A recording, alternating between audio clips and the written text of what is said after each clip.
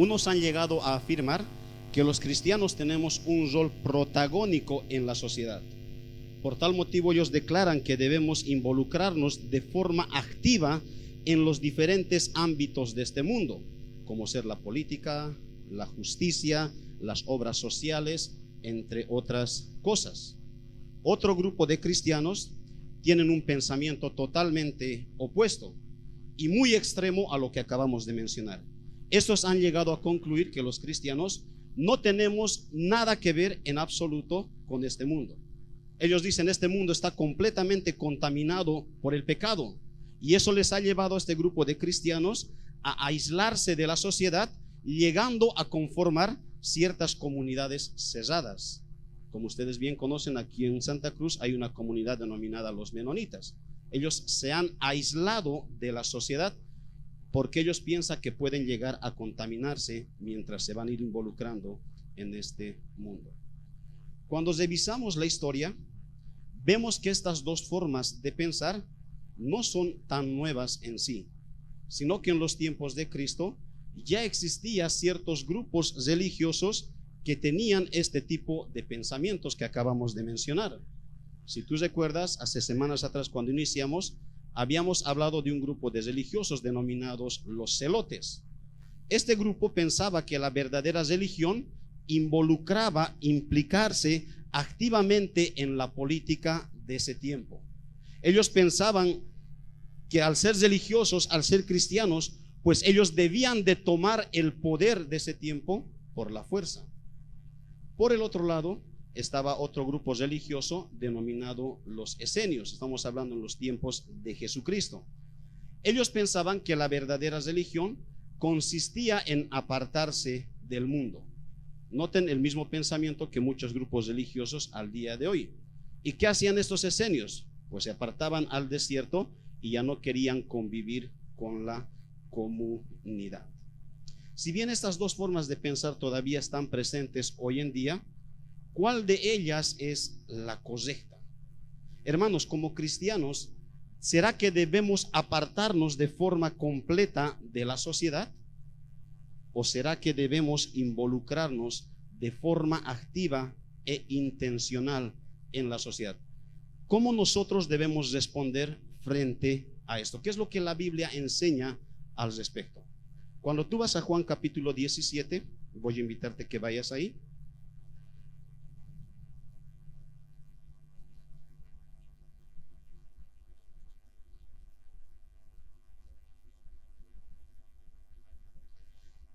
El versículo 15 y 16, nosotros ahí encontramos una de las maravillosas peticiones de Jesucristo en favor de los creyentes. ¿Qué dice Jesús? 15. No ruego que los quites del mundo, hablando de los cristianos. No ruego que los quites del mundo, sino que los guardes del mal. No son del mundo, como yo tampoco soy del mundo.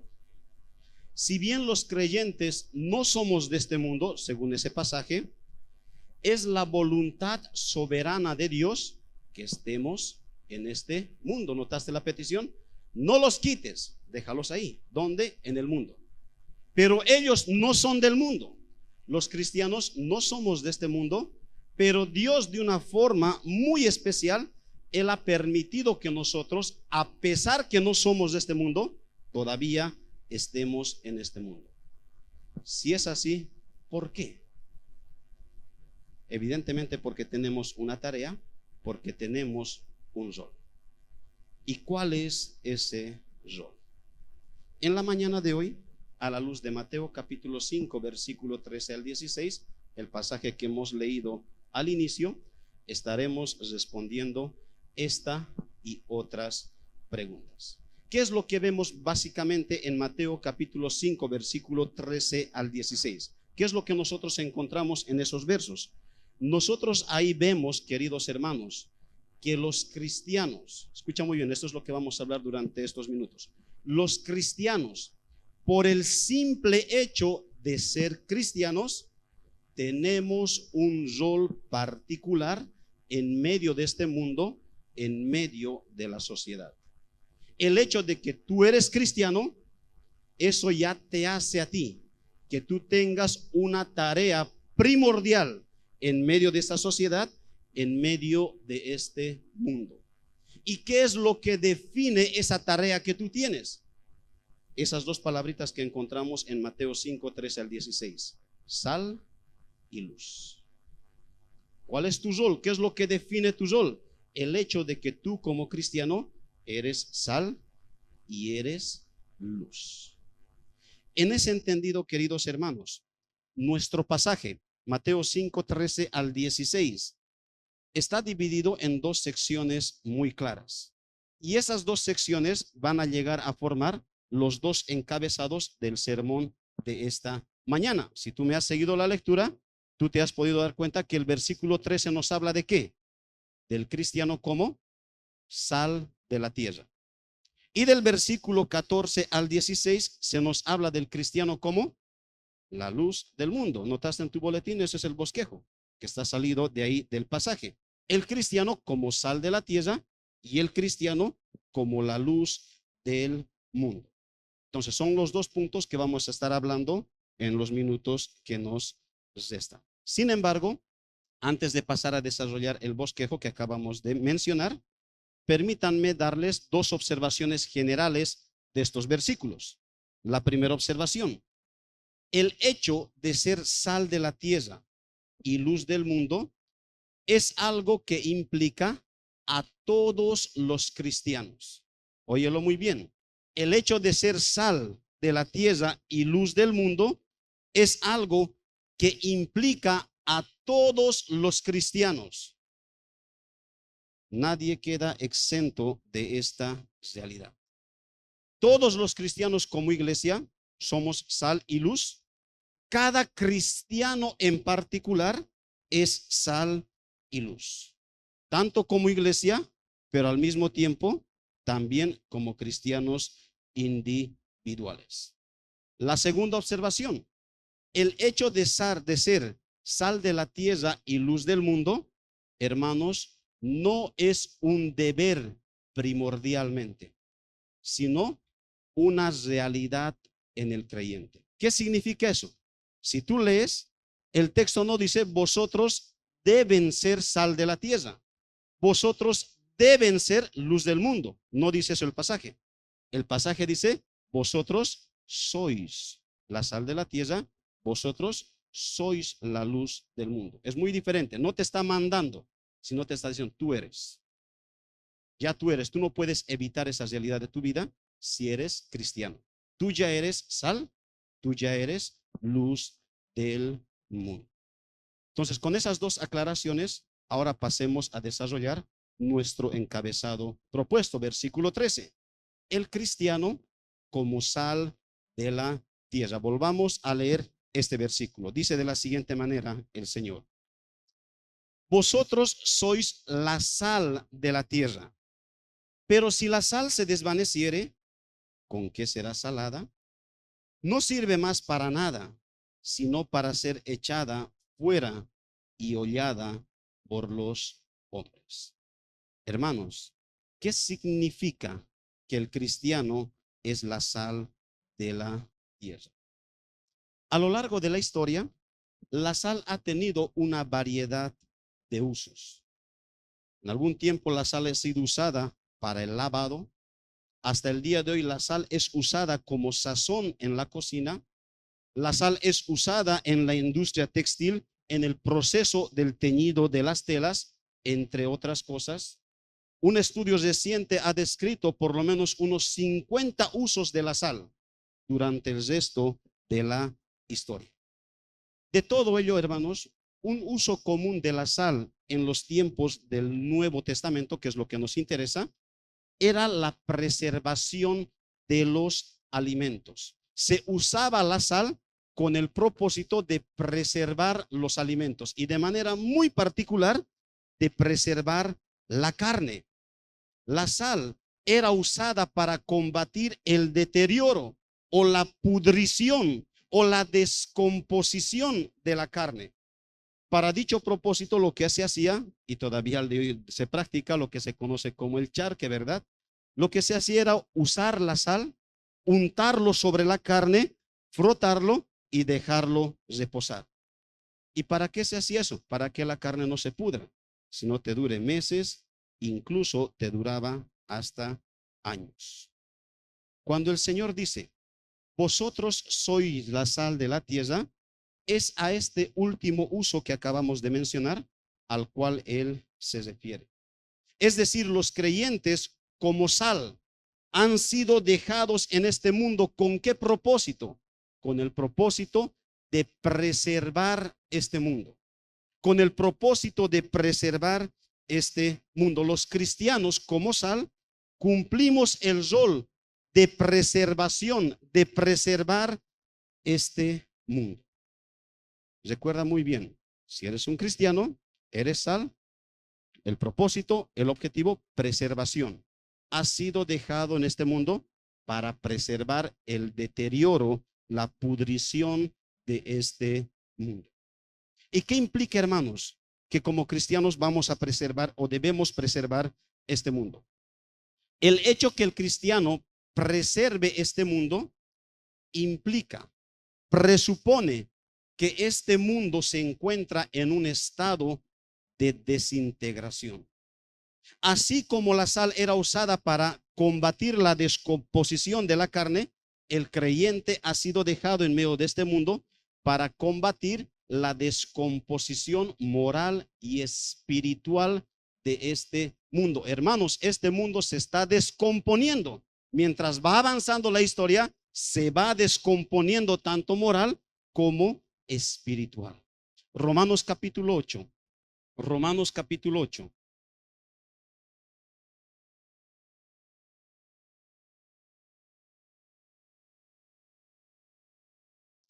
El versículo 21.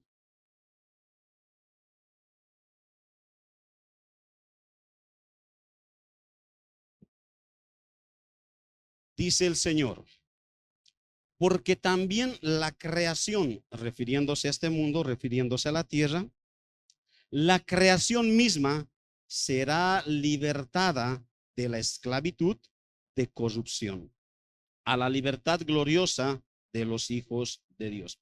Según este pasaje, ¿cuál es la condición de este mundo, de la creación? El texto dice, esclavitud de corrupción. Ese es el estado espiritual en el cual se encuentra este mundo en el cual nosotros vivimos.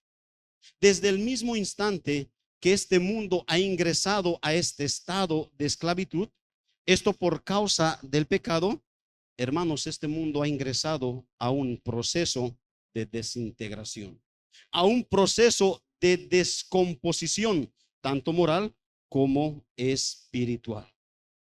Cuando tú ves la sociedad, cuando tú ves el mundo, tú ves que como personas hemos progresado en diferentes áreas, en lo tecnológico, en la medicina, en las letras, en la ciencia, y podemos ir mencionando muchas otras áreas de cómo este mundo ha ido progresando. Pero cuando examinamos a este mundo con los ojos espirituales, cuando vemos moralmente a este mundo, ha sucedido y está sucediendo todo lo contrario. No hemos ido progresando, más al contrario, nos hemos ido deteriorando poco a poco. Si vemos este mundo moral y espiritualmente, hermanos, estamos yendo de mal en peor. El pecado, la maldad, cada día va en aumento. Eso es inevitable. Nosotros no podemos ignorar aquello. Es inevitable ver que este mundo cada vez va de mal en peor. Se está descomponiendo moral y espiritualmente. En Romanos capítulo 1, tú puedes leerlo, te lo dejo como tarea, desde el 18 hasta el 31. Tú ves ahí un proceso de desintegración tanto moral y espiritual del mundo. No voy a leer, es un pasaje muy largo, lo puedes leer tú en casa. Romanos capítulo 1, versículo 18 al 31. Pero este proceso de desintegración moral y espiritual comienza, nos dice el versículo 21 al 23, con el rechazo a Dios. ¿Cómo inicia? ¿Cómo es que el mundo se empieza a desintegrar? Comienzan rechazando a Dios. Descienden, dice ahí el apóstol Pablo, descienden y comienzan a adorar a cualquier cosa antes que a Dios. Nota, ¿no es lo que sucede el día de hoy? Empiezan a adorar a cualquier cosa antes que a Dios, versículo 24 y 25. Mientras tú sigues leyendo, vas a llegar al versículo 26 y 27. Tú vas a encontrar que eso todavía sigue degradándose y se llega a la práctica de pecados vergonzosos, como ser la homosexualidad, la pornografía, entre muchas otras cosas. De eso nos habla Romanos. Nota cómo se va desintegrando el mundo. Llegas al versículo 28, vayamos ahí. Eso sí quisiera que leamos. Y mira cómo termina esta condición baja del mundo. Versículo 28 al 31. Y como ellos no aprobaron tener en cuenta a Dios, Dios los entregó una mente reprobada para hacer cosas que no convienen, estando atestados de toda injusticia, fornicación, perversidad, avaricia, maldad, llenos de envidia, homicidios, contiendas, engaños y malignidades, murmuradores, detractores, aborrecedores de Dios, injuriosos, soberbios, altivos, inventores de males, desobedientes a los padres, necios, desleales, sin afecto natural, implacables, sin misericordia. Esto describe nuestra sociedad. Y es interesante que esto ha sido escrito en el primer siglo. Pero mira cómo es el Señor nos muestra la realidad de la bajeza a la cual el mundo ha ido cayendo. He ahí, queridos hermanos, la manera en que este mundo se está descomponiendo, tanto moral como espiritualmente. Y eso es cada vez más y cada vez más. Si bien este mundo al día de hoy no ha llegado al clímax de su descomposición, hermanos, estamos camino hacia ello. Estamos camino hacia ello.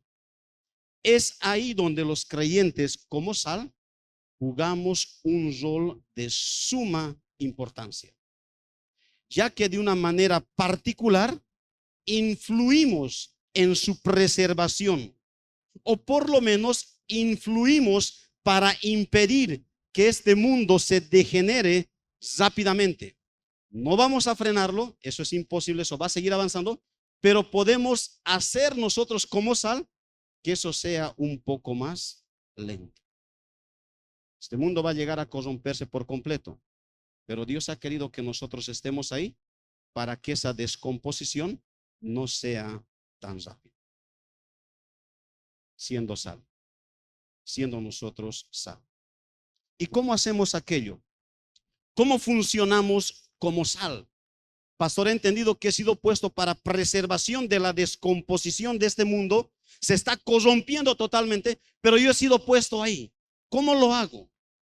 Hermanos, por medio de nuestras vidas, por medio de nuestras conductas, por medio de manifestar aquellas características que nosotros hemos ido viendo en las bienaventuranzas, y manifestar estas características en los diferentes contextos donde nos desenvolvemos a diario.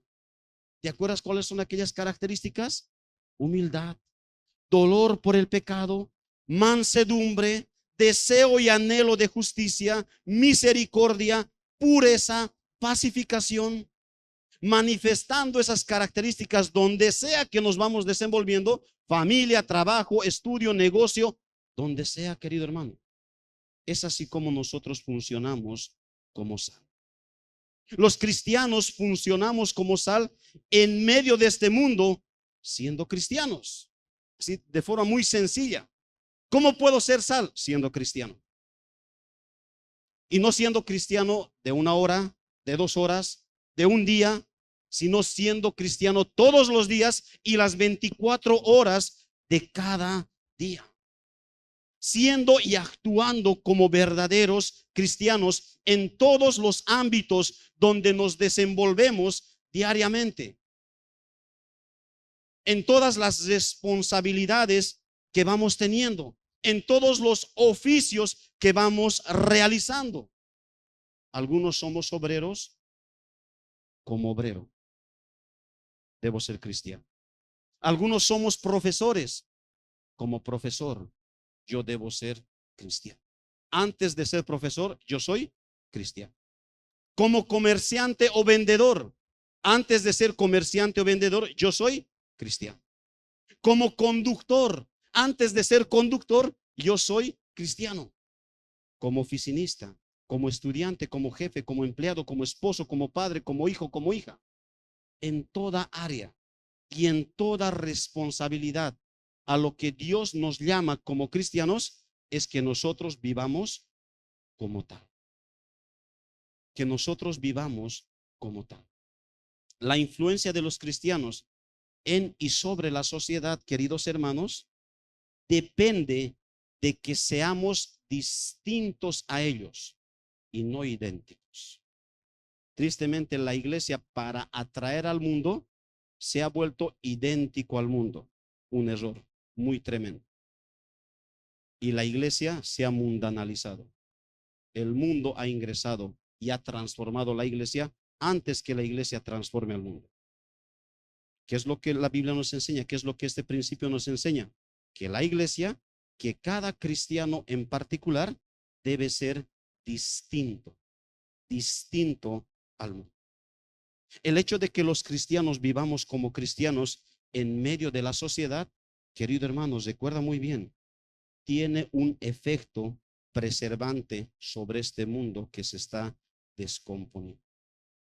He ahí lo que significa que los creyentes somos la sal de la tierra. Evitamos, en cierto sentido, que este mundo se corra de manera muy rápida a una desintegración total en el pecado, en lo moral, en lo espiritual, siendo nosotros sal de la tierra. ¿Qué sucede cuando el cristiano no cumple su función? Recuerda, tú no puedes evitar, tú eres sal si eres cristiano, pero puede suceder que nosotros no cumplamos nuestra función. ¿Qué es lo que pasa cuando sucede aquello? Nota lo que dice el texto a continuación. Versículo 13, estamos ahí. Pero si la sal se desvaneciere, ¿y qué significa se desvaneciere? Que pierde su capacidad de salar. Esa es la idea de esa palabrita desvaneciere. Si la sal pierde su capacidad de salar, de ahí que algunas otras versiones lo traducen, si la sal se vuelve insípida, es decir, ya no cumple su tarea como sal. Dice la pregunta, ¿con qué será salada? No sirve más para nada, sino para ser echada fuera y hollada por los hombres. Un detalle a considerar con respecto a la sal es que ella en sí misma no se desvanece. Cuando uno ve y investiga y hace estudios con respecto a la sal, va a concluir y va a observar que la sal en sí misma nunca va a perder su capacidad de salar. Si es así, entonces, ¿cómo se desvanece la sal? ¿Cómo es que pierde su capacidad de salar? Hermanos, la sal se desvanece o pierde su capacidad de salar cuando se mezcla con otros minerales. ¿Cuándo pierde su capacidad de salar la sal? Cuando se mezcla con otros minerales. Uno de los lugares donde había mucha sal en los tiempos bíblicos era a las orillas del Mar Muerto. El Mar Muerto estaba ahí alrededor, cerca de Israel. Entonces ellos tenían mucho contacto con la sal del Mar Muerto. Es más, extraían de ahí su sal.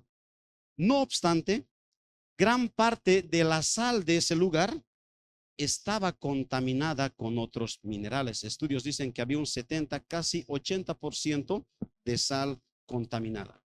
A pesar que había mucha sal, era sal contaminada. Y por ese motivo, esa sal era inservible y en muchos casos incluso llegaría a ser peligroso. Por ese motivo, cuando un personaje, una persona de los tiempos de Jesucristo, se daba cuenta que en su casa tenía sal contaminada, lo que él hacía era recogerlo, llevarlo fuera y echarlo en el camino. ¿Por qué? Porque era peligroso que esté en el hogar.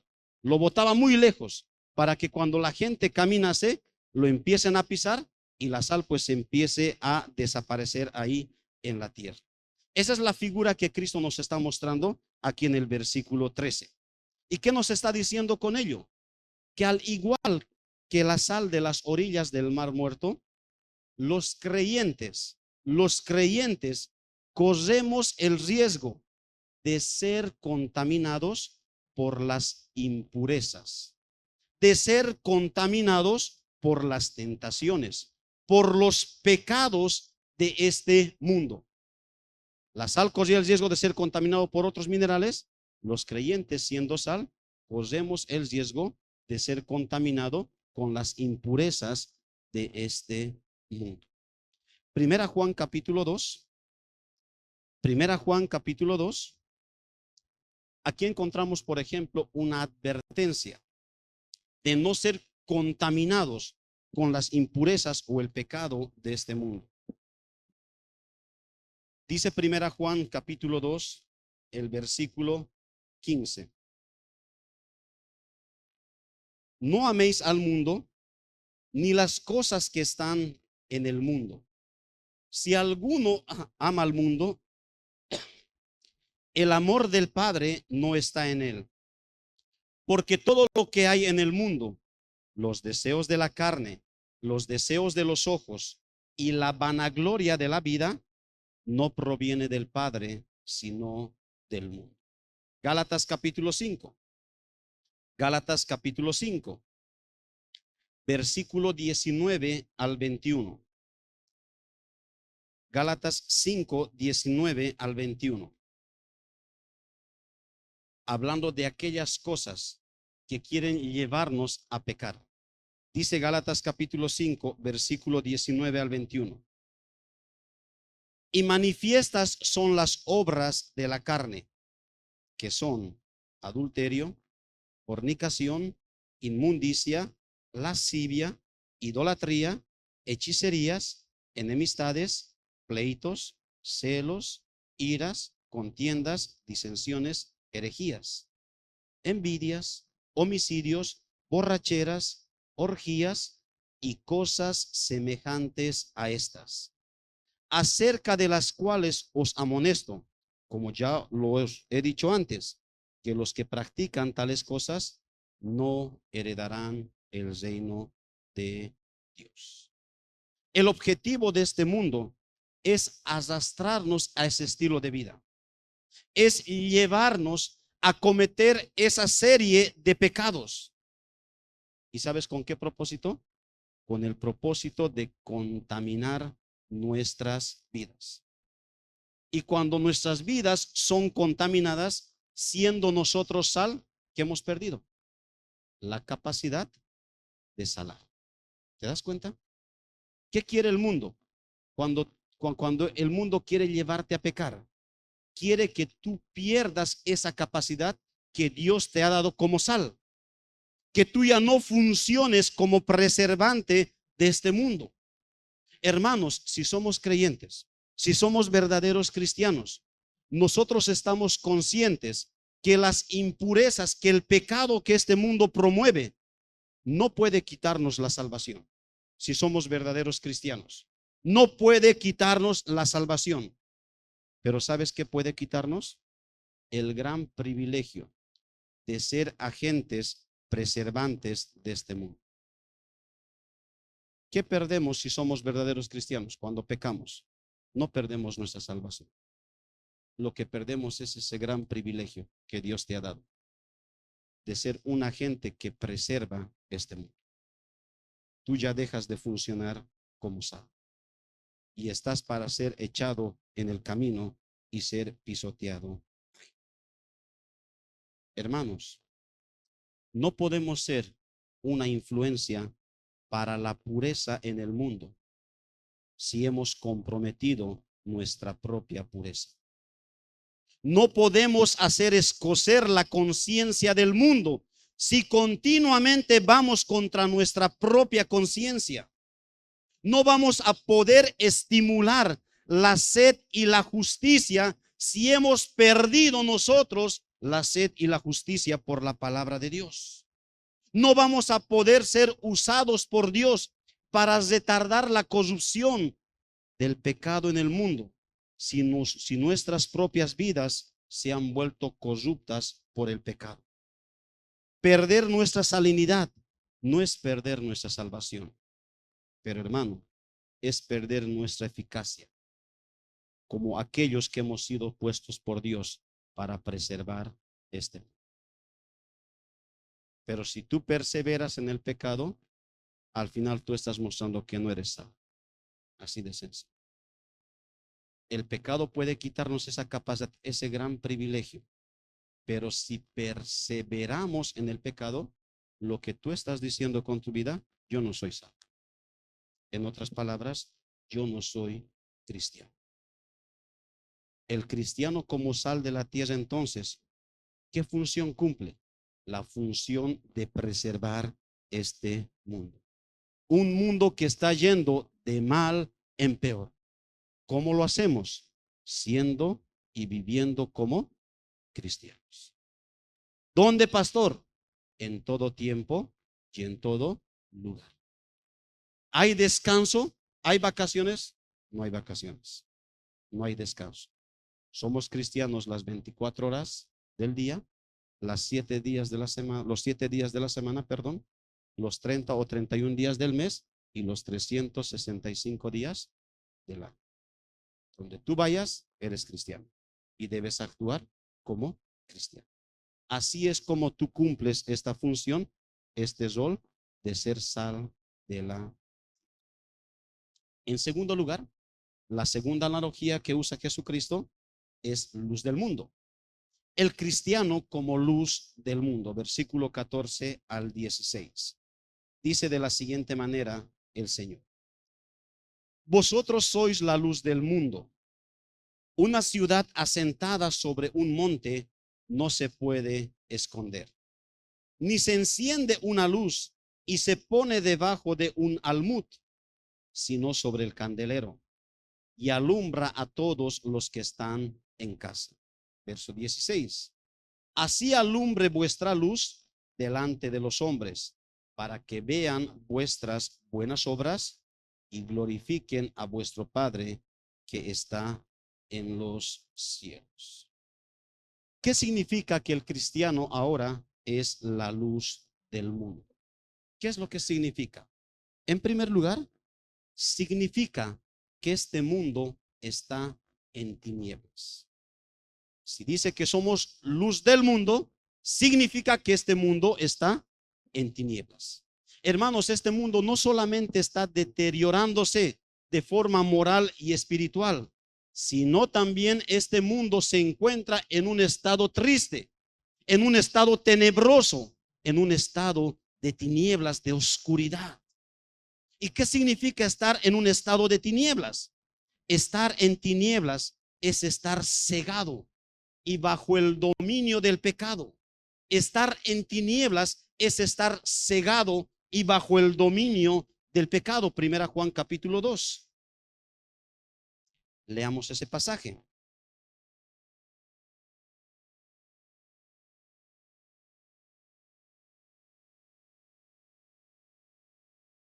El versículo 11 dice la palabra de la siguiente manera: pero el que aborrece a su hermano, eso es un pecado, está en tinieblas y anda en tinieblas y no sabe a dónde va, porque las tinieblas le han cegado los ojos.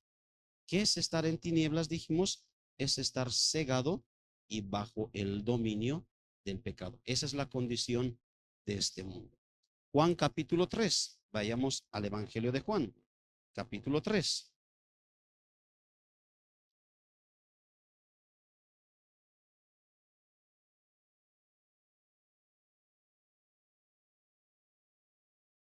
El versículo 19. dice el Señor, y esta es la condenación, que la luz vino al mundo y los hombres amaron más las tinieblas que la luz, porque sus obras eran malas. Estar en tinieblas es amar y practicar el pecado de forma continua. Y como resultado de ello, estar bajo condenación. Si a ti te gusta practicar el pecado y te deleitas en el pecado, amas el pecado antes que amar a Cristo, tú estás bajo condenación. Tú estás en tinieblas. Y este mundo está en dicha condición. Juan capítulo 1. Juan capítulo 1. Volquemos una página atrás. Juan capítulo 1, el versículo 4. Hablando de Jesucristo dice, en él estaba la vida y la vida era la luz de los hombres. Nota cómo aquí Juan unifica luz con vida. Estar en luz es tener vida. Lo opuesto, estar en tinieblas, es estar en una condición de mortandad. Luz, vida. Tinieblas, muerte. Estar en tinieblas entonces es estar muerto espiritualmente. He ahí la condición de este mundo. Cuando nos dice o cuando se presupone que este mundo está en tinieblas. Ama y abunda en el pecado, está bajo la condenación, está en un estado de mortandad, está cegado y bajo el dominio del pecado. Si esa es la condición de este mundo, hermanos, ¿habrá alguna esperanza en este mundo y en todo lo que nos propone? ¿Será que como cristianos podemos depositar nuestra esperanza en este mundo que está en dicha situación triste? Eso significa que el cristiano es luz del mundo, que ese es el estado espiritual en el cual se encuentra este mundo. En segundo lugar, que el cristiano es la luz del mundo significa que el cristiano en medio de este mundo es visible. Está en un estado de tinieblas. Los cristianos en medio de este mundo somos agentes visibles. Se nos puede ver, se nos puede distinguir. Mira lo que dice el versículo 14. Una ciudad asentada, Mateo 5:14. Vosotros sois la luz del mundo, dice a continuación.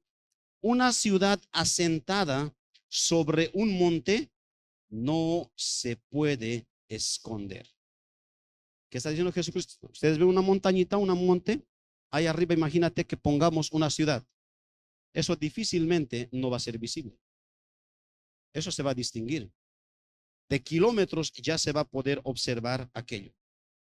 Y lo que quiere Jesucristo darnos a conocer es que así como una ciudad asentada sobre un monte es visible, no se puede esconder, así también el cristiano, como luz en medio del mundo, como luz en medio de las tinieblas, el cristiano es visible. El cristiano es visible. El cristiano ha sido dejado por Dios en medio de este mundo con el propósito de que todos lo vean. Uno no puede esconder aquello. Uno va a ser visible si es un verdadero cristiano. Por naturaleza, el cristiano es visible, es diferente. Es decir, es distinto a aquellos que no son cristianos. Se nos distingue en medio de la sociedad.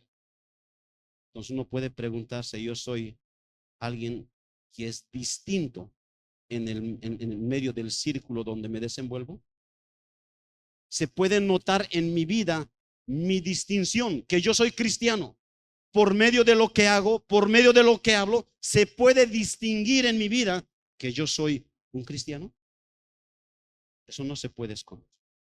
Eso es muy, muy notorio. Que el cristiano sea luz del mundo. En tercer lugar, significa que como luces alumbramos este mundo que está en tinieblas. Alumbramos, una de las funciones que cumplimos, no solamente ser visibles, sino también alumbramos en medio de este mundo. Versículo 15, ¿qué es lo que dice? Ni se enciende una luz y se pone debajo de un almud, sino sobre el candelero, y alumbra a todos los que están en casa. Uno enciende la luz, lo enciende justamente para poder ver en la oscuridad y para que todo quede iluminado, para que esa luz alumbre. Nota que no solamente somos visibles, sino que también tenemos la responsabilidad de alumbrar, de iluminar, de brillar en medio de este mundo que está en tinieblas. ¿Y qué sucede cuando una luz alumbra en la oscuridad? ¿Qué es lo que sucede? Tú te levantas a las 2 de la mañana, estás ahí en la habitación oscura y quieres buscar, qué sé yo, quieres buscar las chanclas. ¿Qué es lo que haces? Enciendes el celular, ¿verdad? Enciendes el LED y recién puedes ver. Esa es la función de la luz, revelar aquello que está oculto en la oscuridad. No puedes ver en la oscuridad, pero enciendes la luz para ver lo que hay ahí en medio de la oscuridad.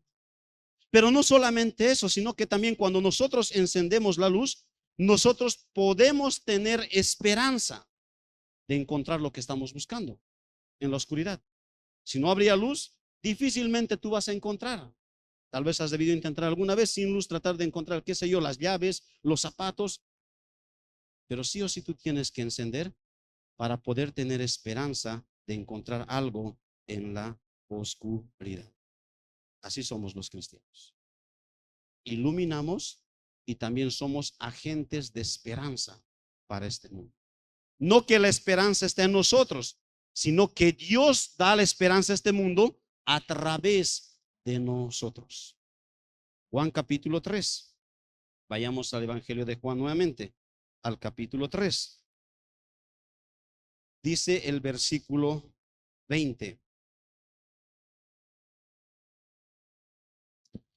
Porque todo aquel que hace lo malo aborrece la luz y no viene a la luz para que sus obras no sean reprendidas. ¿Por qué comúnmente los cristianos, cuando actuamos realmente como verdaderos cristianos, somos rechazados? ¿Alguna vez tú has experimentado eso? Estás en medio de un contexto y realmente tú tratas de vivir una vida cristiana, pero ya empiezas a sentir cierto rechazo, cierto desprecio, cierto tipo de crítica. ¿Por qué? ¿Sabes por qué? Porque siendo luz, visiblemente, cuando nosotros realmente vivimos como cristianos, somos distintos a aquellos que no son cristianos. Y al vivir de esa manera, revelamos el pecado de aquellos que están a nuestro alrededor. Y eso les causa vergüenza. Y por esa vergüenza que les causa, empiezan a acusarte, empiezan a insultarte, empiezan a criticarte. Ese es un efecto natural en el cristiano. Pero cuando no sucede eso y tú participas de las malas obras, tú no vas a recibir críticas, tú vas a recibir aplausos. Entonces, como luz, cuando nosotros funcionamos como luz verdadera, hermanos, siempre vamos a afectar a aquellos que están a nuestro alrededor. Vamos a levantar críticas, falsos testimonios, entre muchas otras cosas, por la naturaleza que tenemos al ser la luz del mundo.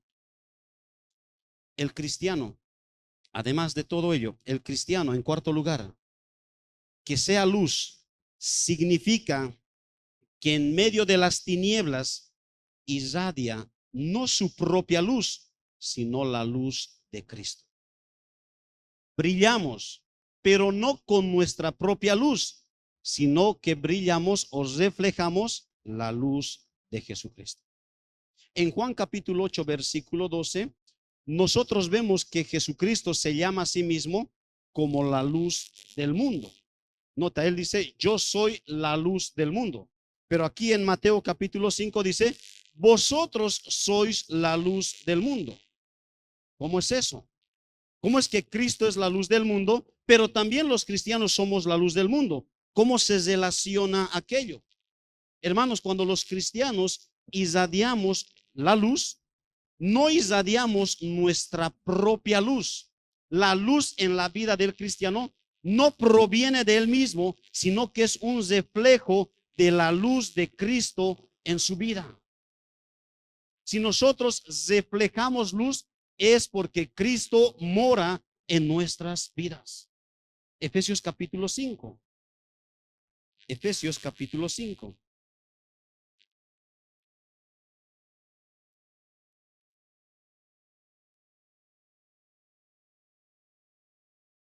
Mira lo que dice aquí el Señor, el versículo 8, hablando de los cristianos. Porque en otro tiempo erais tinieblas. Esa es nuestra naturaleza, esa es nuestra realidad. En otro tiempo erais tinieblas, mas ahora, siendo cristianos, dice, sois luz en el Señor. ¿Cómo éramos los cristianos sin Cristo? ¿Cómo seríamos hoy sin Cristo? Tinieblas. Tinieblas. Nosotros no irradiamos nuestra propia luz porque no tenemos luz en nosotros mismos. En nosotros mismos somos tinieblas. Es en Cristo y solamente en Cristo que el cristiano ahora es la luz del mundo.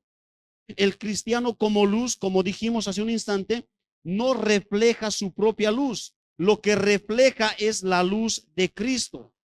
Los cristianos, por un lado, somos receptores de la luz de Cristo, pero también somos reflectores de la luz de Cristo.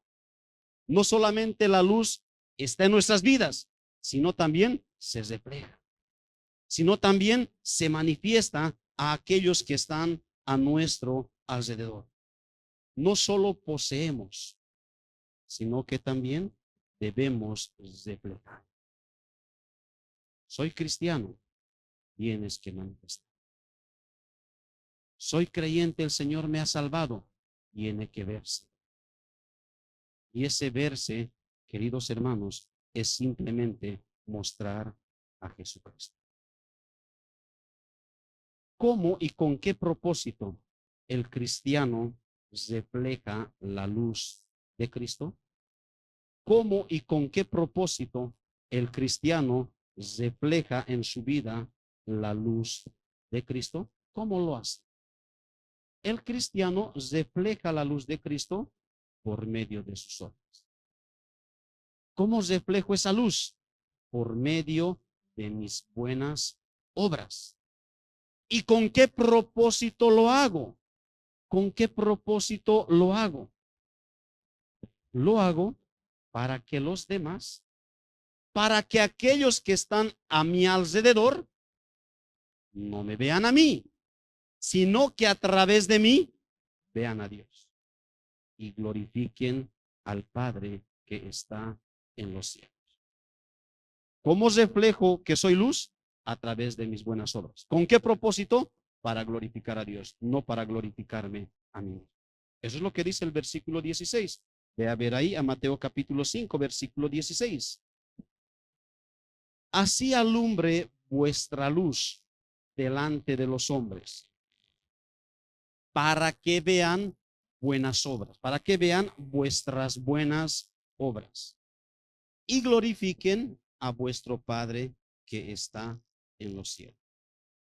¿Cómo muestras la luz? A través de tus buenas obras. ¿Con qué propósito? Glorificar a Dios el Padre.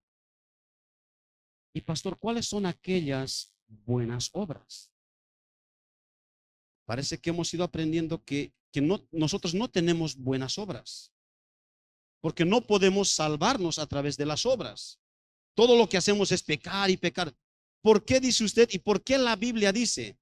A través de las buenas obras. ¿Cuáles son estas buenas obras? Estas buenas obras, queridos hermanos, son todas aquellas que son fruto de la salvación de Dios en Cristo. Son todas aquellas buenas obras fruto de la salvación de Dios en Cristo. Efesios capítulo 2. Hermanos, las buenas obras no son malas. Dios nos salvó para buenas obras. La obediencia no es pecado, la obediencia es buena. La obediencia es correcta. Dios nos ha salvado para obedecer. Dice Efesios capítulo 2, el versículo 10, desde el 8. Porque por gracia sois salvos por medio de la fe. Y esto no de vosotros, pues es don de Dios, no por fe, para que nadie se gloríe. Muchos leemos hasta ahí y decimos, la salvación es por gracia, es por fe. Evidentemente, hermanos, la salvación no es por obras. Nadie puede ganarse su salvación a través de sus buenas obras. Dios es quien derrama su salvación y lo hace por pura gracia. Él no toma en cuenta nada bueno que tú puedas hacer para salvarte, porque tú no puedes hacer nada bueno. Sin embargo, Dios te salva con un propósito. ¿Y cuál es ese propósito con el cual Dios te salva? Versículo 10. Porque somos hechura suya, creados en Cristo Jesús. ¿Para qué? Para buenas obras, las cuales Dios preparó de antemano para que anduviésemos en ellas. Las buenas obras no salvan a nadie, porque nadie puede hacer buena obra. Pero cuando Dios te salva ¿para qué? Para que tú hagas buenas obras, para que tú obedezcas al Señor, para que tú vivas consagrando tu vida al Señor. ¿Y cuáles son estas buenas obras? Mencionemos algunas que vemos ahí en la Biblia. Gálatas capítulo 5. Veamos algunas de estas buenas obras. Gálatas 5, versículo 22 y 23. El fruto del Espíritu Santo. ¿Qué es lo que dice ahí la palabra de Dios? Mas el fruto del Espíritu, y aquí buenas obras: amor, gozo, paz, paciencia, benignidad, bondad, fe, mansedumbre, templanza. Contra tales cosas no hay ley. Segunda Pedro capítulo 1. Vayamos a segunda Pedro capítulo 1.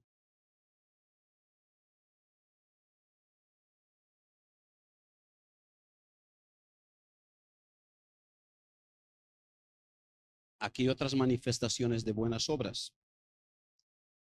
Dice el versículo 5 al 8. Vosotros también, poniendo toda diligencia, por esto mismo, añadid a vuestra fe virtud. A la virtud, conocimiento. Al conocimiento, dominio propio. Al dominio propio, paciencia. A la paciencia, piedad. A la piedad, afecto fraternal. Y al afecto fraternal. He ahí dos pasajes donde uno puede ver esas buenas obras como resultado de la salvación de Dios en su vida. Podemos revisar otros más. Sin embargo, hermanos, como bien hemos dicho, ¿cómo reflejamos nuestra luz? A través de las buenas obras. A través de vivir como cristianos nuevamente en medio de este mundo. Ahora el creyente como luz no refleja sus buenas obras para que él sea visto y alabado por los demás. No, no, no, no. No obedecemos a Dios siendo cristianos para que la gente ponga sus ojos en nosotros. Digan, ay, el pastor Ariel, mira. Ay, el hermano tal, mira. Qué piadoso. Qué hombre de Dios. Wow, hay que alabarle a este hermano. Dice el Señor, para que a través de esas buenas obras, ¿quién debe ser visto? Dios. Y para que Él sea glorificado por los demás. Todo lo que nosotros hacemos, las buenas obras, queridos hermanos, debemos tener en cuenta es que a través de lo que hacemos, Dios sea el único honrado por los demás. Nosotros no somos el foco de atención. Nosotros somos el medio que debemos direccionar a las personas para que vean y glorifiquen y admiren a Dios. Somos simplemente el medio para la gloria de Dios. Sin embargo, si bien nuestras buenas obras hacen que otros glorifiquen el nombre de Dios, por el otro lado, las malas obras, nuestros pecados, cuando nosotros que decimos ser cristianos y vivimos pecando delante de otros, vivimos nosotros deshonrando el nombre de Dios delante de otros, ¿saben qué es lo que hacemos? No hacemos que otros glorifiquen el nombre de Dios, hacemos que otros blasfemen el nombre de Dios. Romanos capítulo 2. Romanos capítulo 2.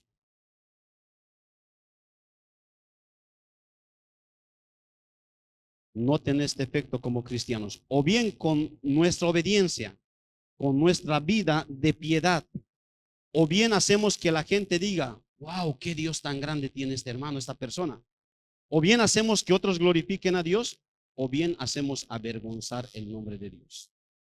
Como cristianos no hay términos medios. O bien tu vida glorifica a Dios, o bien hace que el nombre de Dios sea blasfemado. Dice Romanos capítulo 2, el versículo 23.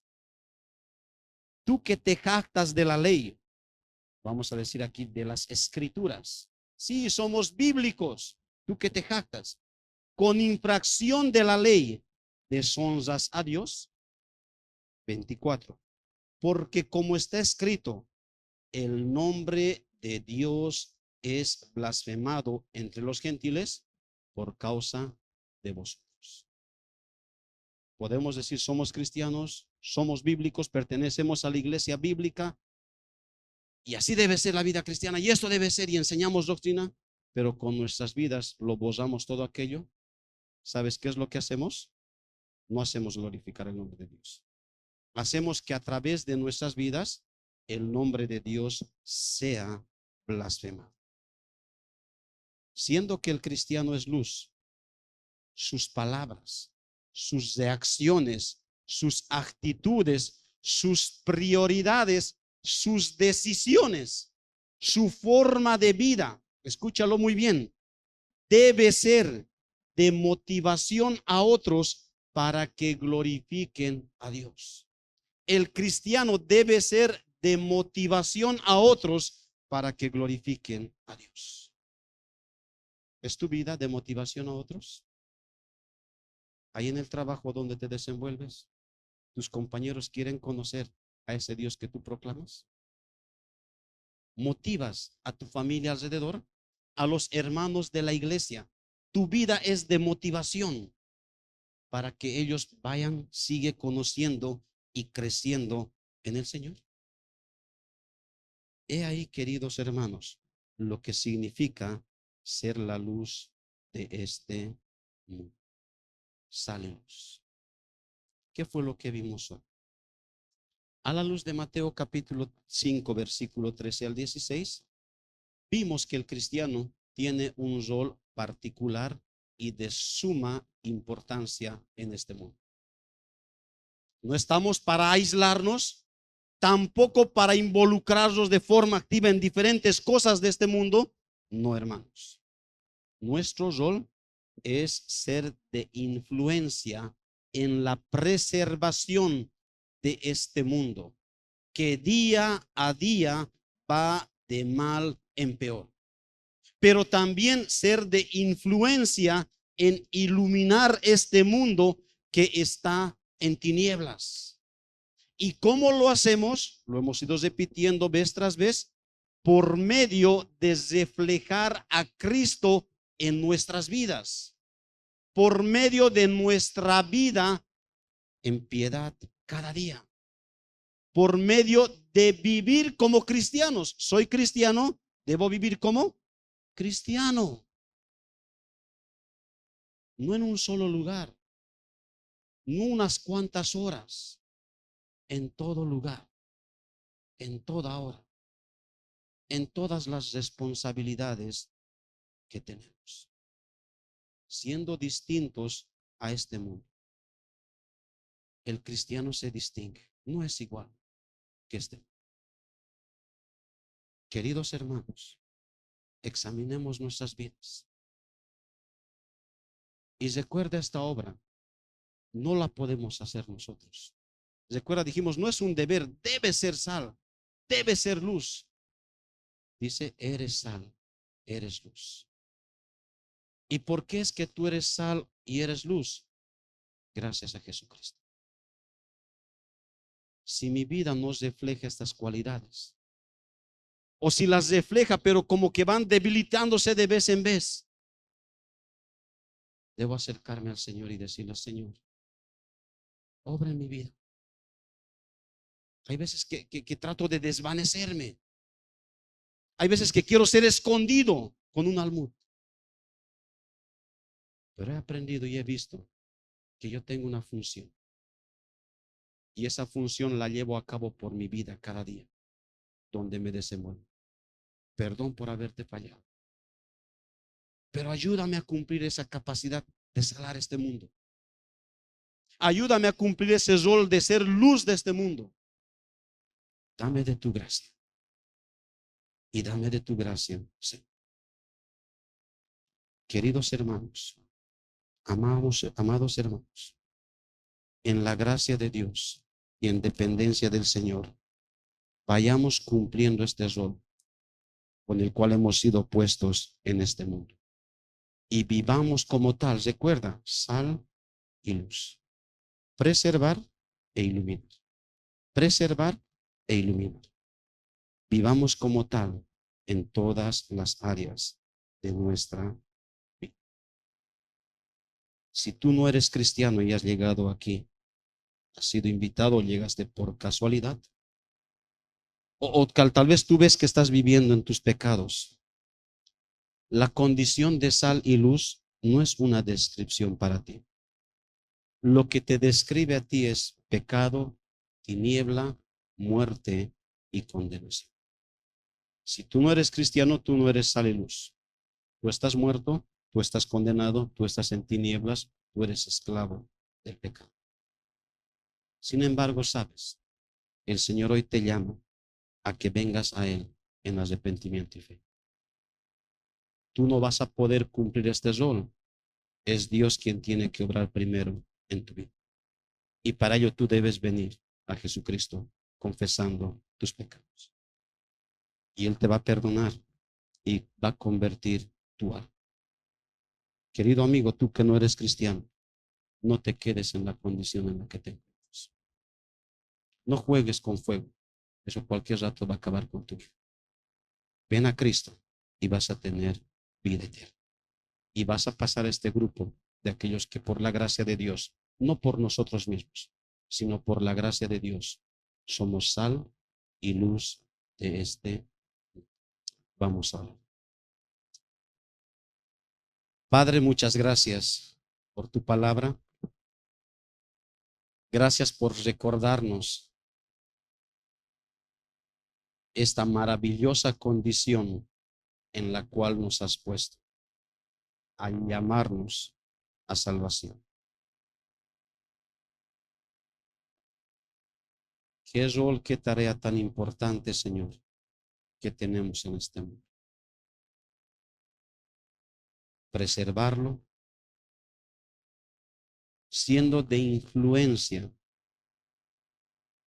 para que el pecado no crezca, Señor, en gran manera. Siendo de influencia para poder revelar la condición triste en la que se encuentra este mundo, pero al mismo tiempo para mostrar esperanza a través de Cristo.